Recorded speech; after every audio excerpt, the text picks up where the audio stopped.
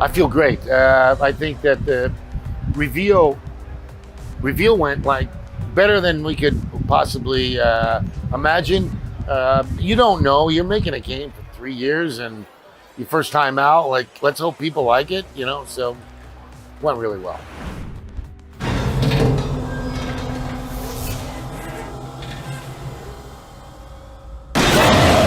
We were very conscious that the environments would look different. That was very important. I think you're going to get in there and you're going to play the game, maybe and think Dead Space, but when you're done, it's a different story, different characters, different universe, different way we tell the story. We go really deep on story. The combat is different. Enemies are different. I can't see people going, oh, that's Dead Space 4. They call Callisto the Dead Moon. Dead. The different environments allow for different types of scares.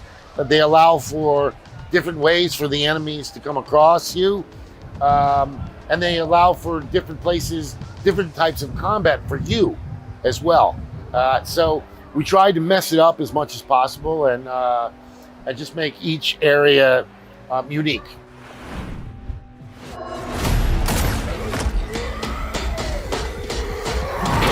They're called the biophage. I think it means something like starting from virus. It has something to do with that. When you see a trailer, you usually see them when they're out already and they're fighting you and all that. But it's the how do they get to you that's pretty scary.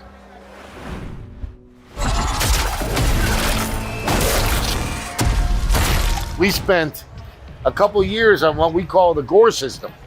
Like engineers, rendering engineers, a couple of artists, they just spent time tearing every enemy apart. And then, there were times where like, no, tear another hole in him. Go do this. And so each one, like, you may never see the same torn apart guy, twice. And that was part of it too. We wanted each and every person to have like a different horrific experience.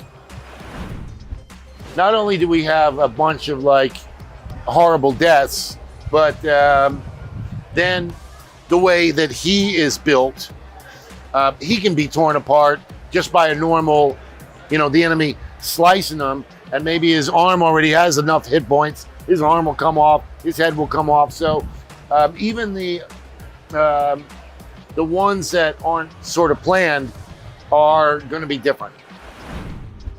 Resident Evil 4 was a great game, and I'd finished it just before Dead Space, and it had a lot of influence. All due respect, wasn't the scariest game in the world, but it had a lot of tension. Loved that game. Can't wait for the remake. It looked fantastic. Whenever I see any studio shut down or anything, it's I'm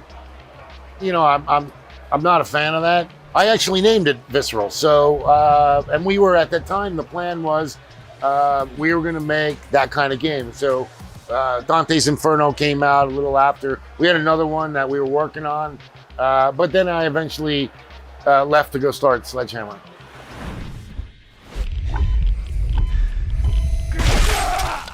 We're not doing the eye scene, but I think we got some really horrible things.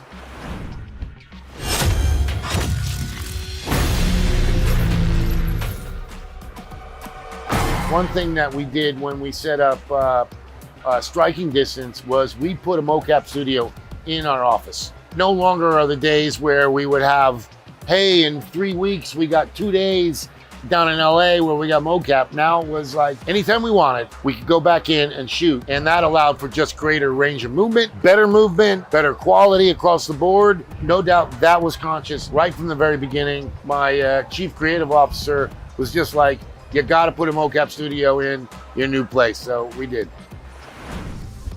I think they can succeed because there's less of them. And so, hopefully more people will gravitate towards, hey, I've been playing multiplayer for like, last 3 months, but let me go play a big story game. Let me go play Last of Us or Horizon or something like that. And that was what we were seeing.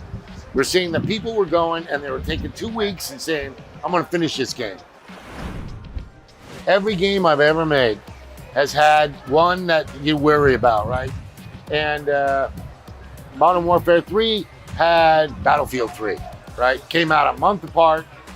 I stopped worrying about it years ago because I'm like, it's something happens or just, I'm not going to worry about it. I'm not going to worry about it. I'm hoping that they do well, you know, because they're fellow devs. You see this? When I got in there, they were like, hey, we've been working on this story and this lore and this timeline, and we think that you can actually put the game in the timeline, right? And I'm like, yeah, why not? I mean, PUBG's giant, like, will it help? And then, you know, we're a year into it and we're like, well, the story, we just did what we wanted. Characters, universe, you know, all that. And so we were late to announcing it because it really happened a while ago. But we just didn't want people getting confused, so we came out with the announcement, it's no more in there. These new systems, they do not come with instructions, right? You're like, you got millions of dollars worth of engineers who got to figure this darn thing out. So in the beginning, it's hard, right? The easiest thing to get in the very beginning is graphics. Then comes audio, then comes special effects, then comes, like, our main character is awesome. Just looks like Josh. And that came with a team of 10 rendering people on it. I think they're getting better and better. I think, yes, games have had moments. I think now you're going to start to see people, you know, playing more. So whatever you're holding on to right there, that's your old life. It's kind of linear, but then we went back and we added beta paths for exploration, and we added a lot. And you don't have to do them if you don't want, but there is a lot of hidden stuff in the game. You'll learn more about the story. I do want you going, oh shoot, I was here. And then like, I gotta follow my way back and get back. Crafton wants to have a bigger spot in the world, and I think they're motivated and they have the right attitude, and so hopefully we'll be seeing, this will be one of the companies that does expand more. You got to let the first one come out, got to see how it goes, and then the other stuff follows.